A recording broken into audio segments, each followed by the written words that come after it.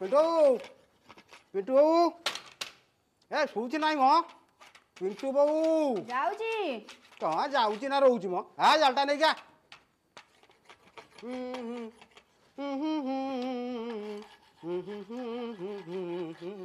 अरे तमे पानी भार नहीं की जीवो जाल कोन हबो तमरो आज की बार बार रु को मिलबो तमे आइस केमि अरे दिखबो रविवार पानी बार नहीं बाहर भी सोमवार दिन नहीं ठाकुर को ढाली आज रे कौन सुविधा गला हैं अरे सुन आमर चौथ हरना नहीं आमर जीवन जीविका काम धंदा सब है माछ धरवा बिना आईस आम चुली को कौ दिन कड़े गला हाँ तू गोटे काम कर मसला पसली बागे टे कर है मुझे नई की नुआ पा नई आसी से नीचा जाइला बड़ बड़ बालिया गुड़ा धरिक आनी मुझे देखे कौन गोटे जमी नहीं आसबि तू मसला बाटिक रेडी कर बागे रखी है चलनी माछ नहीं कि आसबि है कि मन लगे तो मन लगे ठीक अच्छे चल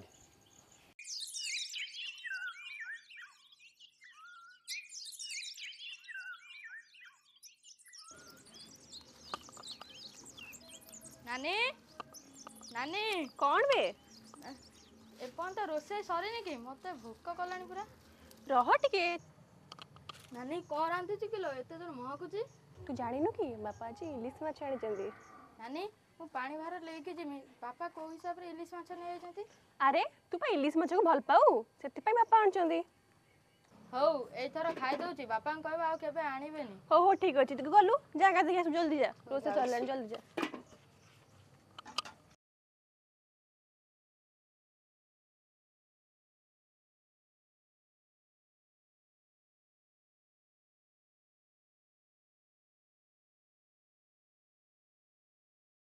नारा दाई से दिन जो चिकेन देते कौन लगुला सांग मैंने मिसिकी गोटे बियर उठेदेलु अरे पानी नहीं जीव मांस कौन करू नारा दाई तुम बेपार तुमको पिता लगुच आम यदि श्रावण मस न नेबू तुम मैंने चलो केमी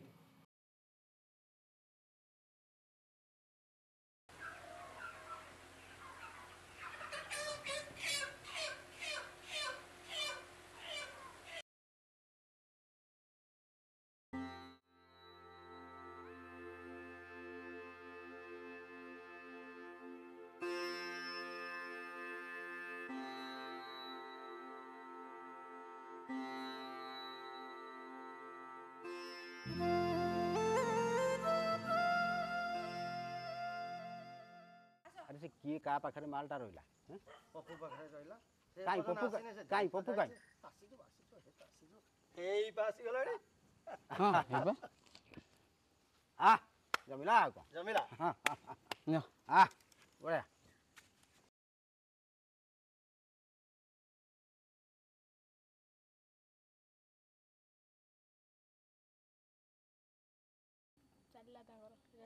रेल गाड़ी उड़ीबा बाटर गने सोईकी गड़ीबा अरे पप्पू आर वर्ष कथा मन अच्छी ना मोर मन पड़ा बेलू जो हस मारूची मत हसी हसी गड़ी जाऊे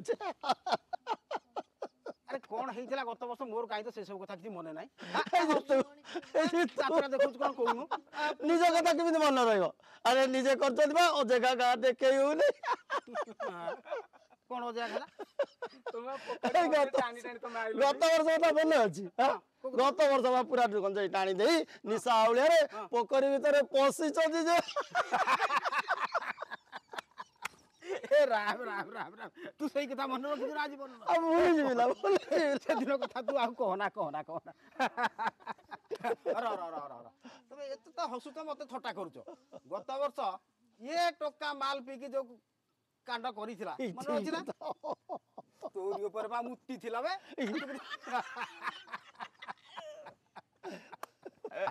आउ हमर तो गाड़ी आसी गलानी हम थोड़ा हम जीवा जीवा माल सब रेडी तो पूरा रेडी मणिपुरी हां एक नंबरी हां आउ से आरोटा अछि ये तो हे मात्र गोटी आनिथिला पप्पू ये तो एडी सर जीवा बाटर पुणी आनिबा नै आम